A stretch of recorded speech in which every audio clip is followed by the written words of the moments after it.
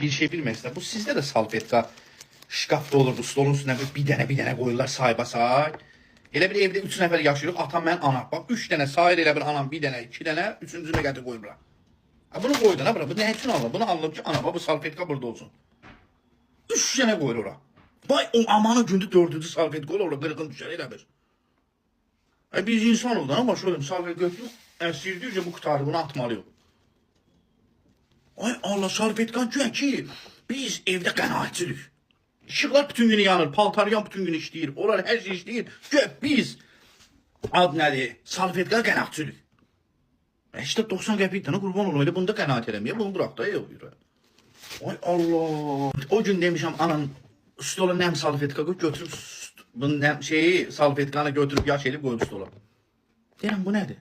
Demədim nəm salfetka elə. Dedim ailə demədim. Paçkada nəm salfetkalar var. Durub əlimi yumuyum. Götürün silək.